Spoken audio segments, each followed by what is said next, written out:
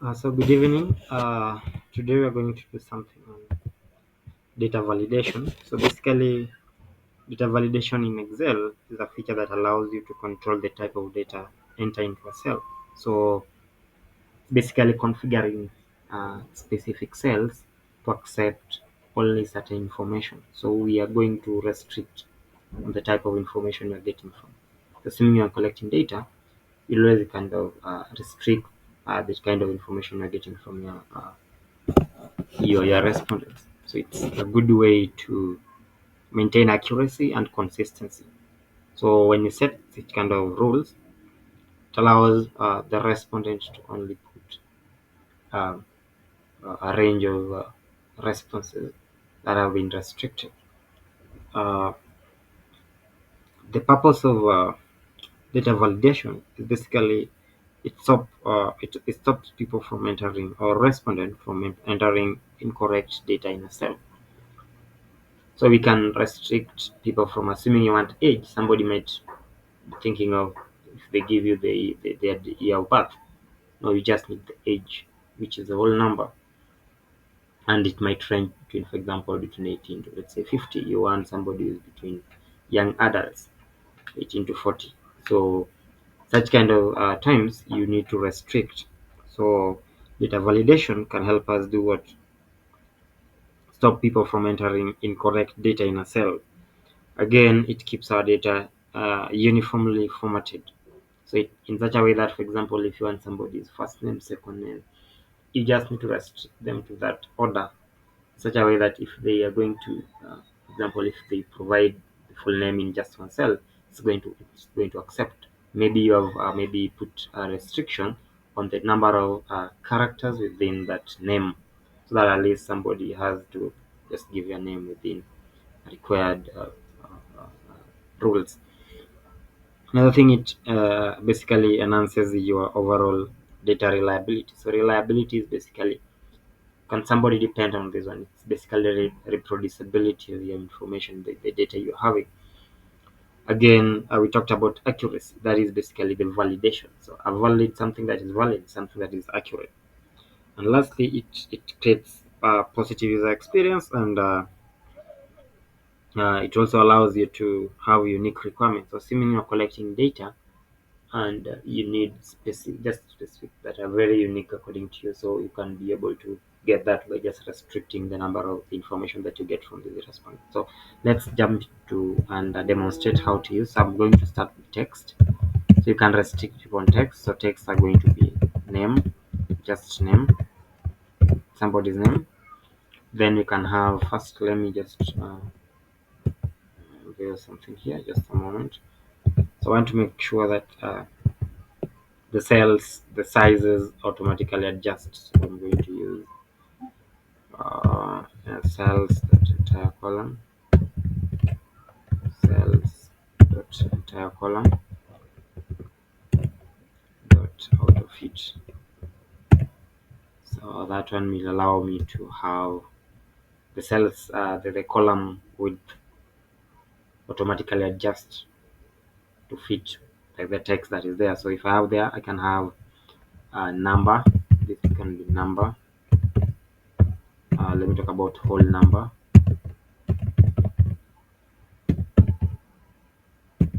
Whole number. I can talk about, you can now see the Lloyd automatically adjust. Talk about date. Then you talk about drop down list. So a drop down list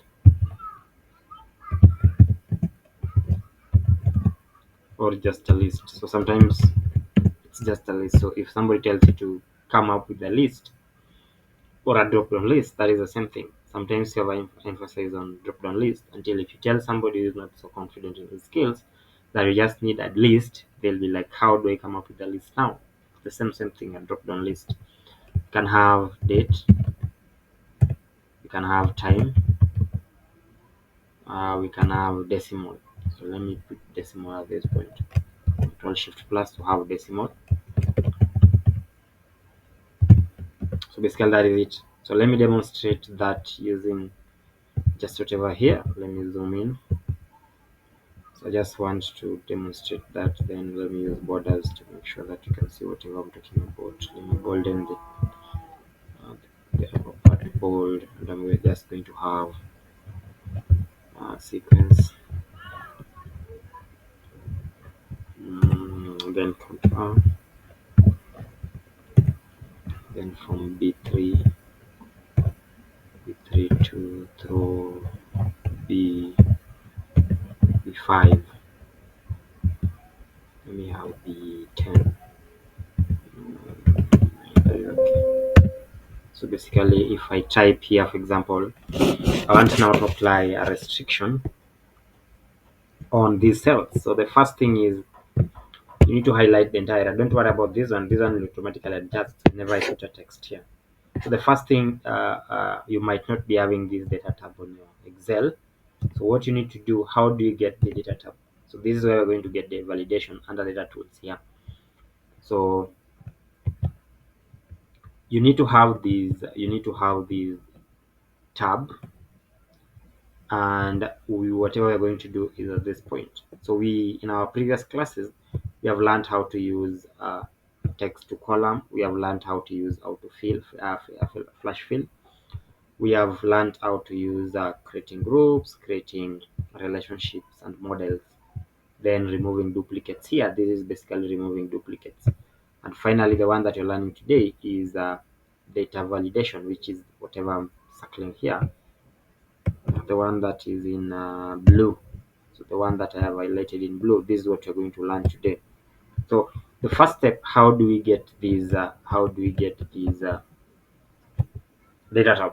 So to get that data tab, you need just to come to file, then options, more, than options, or just be to options direct, then customize ribbon. So, maybe yours is, you don't have that tab called data. So how to get it? Just come back to file, then options, then customize ribbon, then just make sure you check on what, check on data, then click OK. We have several options here that we look at the other time uh, when we're starting on our classes on advanced Excel. We looked at things to do with Power Query, where we get to Power Query and Power Pivot. We get to use get data, queries and connections. We also, at home tab, there is sort and fill, there's data tool, whatever we're going to use today. Then there's forecast, which is used especially when you're trying to do time series analysis and predictions. Then we have outline. Again, you can add a tab on your ribbon. You can add a new group. You can rename a tab as well. So basically, you can customize your ribbon the way you prefer it according to your preference. So now we have data tab. So the first step in doing validation, you want to restrict the name that appears here to three-letter word. So if your name is not three-letter word, you need to abbreviate it to a three-letter word. So how do I do that? The first step is basically highlight the area in which you want to apply the validation. Highlight the entire area where you want the validation to be applied. So once you highlight the area where you want the validation to be applied, the next step is go to your data tab, then click on validation. You can click on data validation direct, or you can click on this small arrow pointing down, then click data validation. So from there, we want to restrict text. There are three things here. Once you get to this dialog box, there are three things. There is settings. Whatever you're going to do to restrict, that is the setting you're going to do. Okay, basically that is the feature we are looking for, but it's going to help us to control the data type that is entered within a cell. There's an input message and there's an error alert. So at this point, let's start by setting. So we're going to see how to use these three, but let's start by what, setting. So at this point, any value is allowed within these cells or the range that we have highlighted. So I want us to change it to text, and we're going to restrict names to be between 1. Your name can be a one letter name, or 3. So that point, it's basically restricted. Let's try, click OK, and if I come to this point and write sum, it accepts. And the reason why I was telling you don't worry about the error that was there, it's because it automatically adjusts when you enter a name. So Sam, if I enter Samuel, it will tell me Microsoft Excel. This value does not match the data validation restrictions defined for this cell. So I can retry. Let me try Ivy. It accepts. So let's change that error message. You can see this error message to something else. Okay. So let's change it to customize it to our own. So I'll highlight the entire area. So let me just cancel. I will highlight the entire area. Then I come to validation. Then I come to error alert. So that is top wrong input. I will call it wrong input. So instead of telling me Microsoft Excel, this is going to be wrong input. Okay. Then let me customize the message that you're going to get. Make sure you abbreviate. You shorten your name to a 3-letter name to 3-letter. So basically, that is the message you're going to get. So basically, if I come to this now, I type Samuel. Now the error message is what we are getting. The error message you're getting is basically the error message is what the error message is wrong input. Basically the title, and we are having what? Please make sure you put make sure to shorten your name to a 3-letter name. Okay, basically that is the error we're going to get. So that is the first thing. Again, you can give people hint. You can have an hint to make sure that somebody puts it. So please ensure make ensure. So it's supposed to be ensure. You shorten your name to a 3-letter. Shorten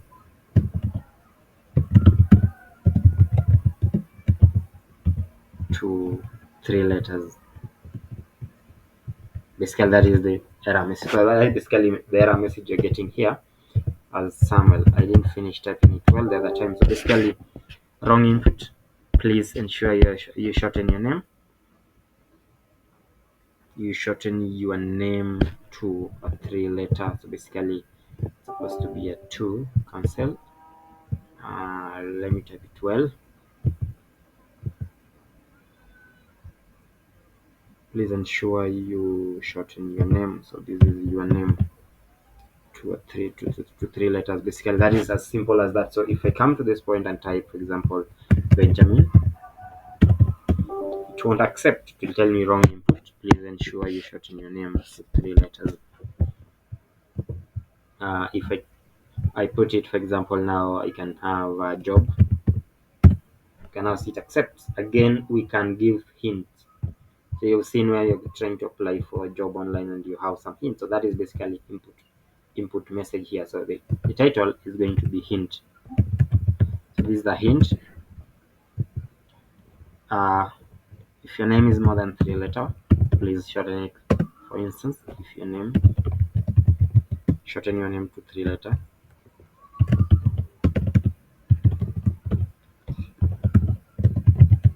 To 3 letter.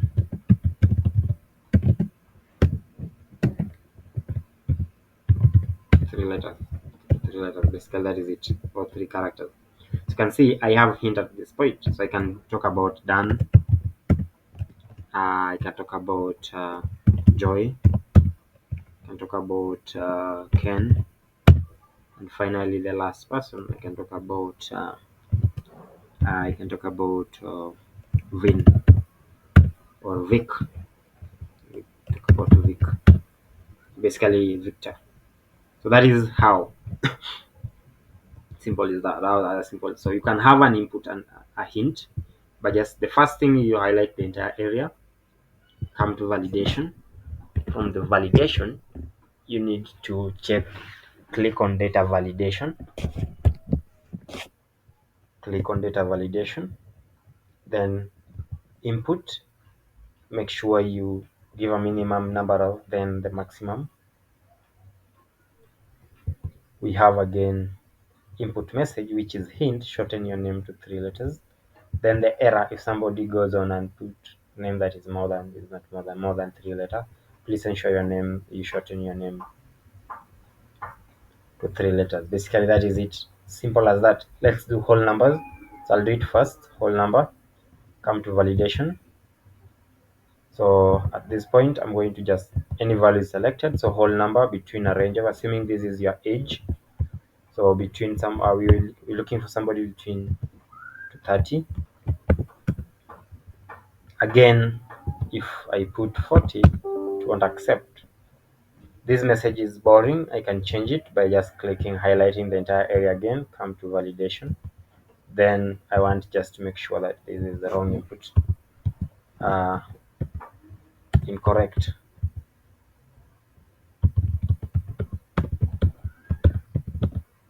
So you're either underage or overage. That is the error message. You are either under or overage. Basically, that is it. So if I just put something like 20, it will accept. 18 accepts. 25, 29, 20, let's say 19, 20, 17, 17 do not accept. Incorrect. You're either underage or overage. Basically, under or overage. Basically, that is the input, the error message. Okay, I can try and put 30 and accept. Basically, that is it. Simple. So drop down list, assuming I want to demonstrate in a two-way. So the first way is where we have a list to choose from. So assuming I have names here: Joy, John, Jane, James, Jack, and Jacob. Jacob. So I have this name. I have this list here, and I want to put a drop down list here, such that if your name is not along here, you cannot choose. So how do I do that? Highlight the entire area, come to validation, settings, any value, list. I can just click at this point, then highlight the entire list. Very simple. Press enter, click OK. So if your name is not here, you cannot type your name manually. So you can type James, yes, it will accept. Jack, it will accept. But if I try to type maybe Samuel, it will tell me that does not match validation. Like, again, you can highlight the entire area and have a message to maybe your respondent. So incorrect or wrong input.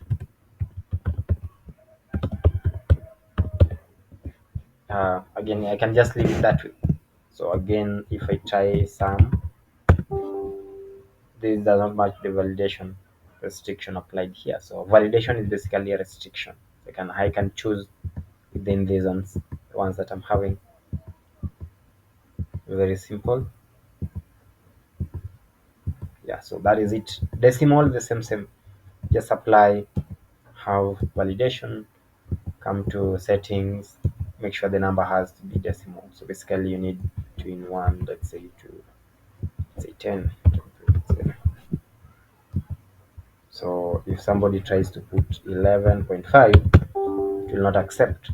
So some number between 1 to 9 will be accepted. 9.5, 6.2.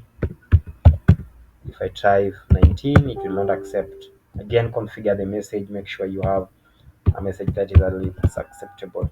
2.7. So things that take decimal, numbers that take decimal are like things like height, weight, uh, such kind of information might take. Again, date, the same way, highlight the entire area, validation. So this is date. So assuming again, this you need to be actually very careful. Make sure you look at the date format you're having on your machine. So start date, before you put the start date, check the format you're having on your machine, because if you put up any format, it won't accept. I need you to check that before entering anything at that point and before entering anything at this point. Okay, be careful. So this is the it's starting with month, then date, then you're having the year. So I'm going to start from, let's say, the date has to be between today and the 30th. So first 23rd, then we're having, that is January 23rd, 2024. 2024 to January 30th, 2024. So the date has to be between that range. So that is a validation that I've put. So assuming I tried it, for example, 2nd of maybe that is February 2nd, 2024, it won't accept because that date is not within the specified region. So a specified region is between January 24th, 2023, 2024. Then you're having again January 20, let's say 29th, 2024. If I try, for instance, 22nd January 2024, it won't accept. Or if I try January 2023, it won't accept. So basically, it has to be within. You restrict that range. The same to time. Highlight. You need to highlight the entire area. Then validation. Sorry, validation. Then at this point, choose time. So you can put time. I look at your format. Is it 24 hours or so? Basically, assuming I want something between now 5. Let me talk about 5, between 5:00 to 7:30 or 7:00. So that is 2 hours. So if somebody tries to come up with 9:30, it will not accept. It will accept between 6:30, between 5 right now to something 7:00. So if I try, for example, 8:30, it won't accept. So basically, that is simple. Again, configure this message to suit whatever you're doing. That is all about data validation. Thank you.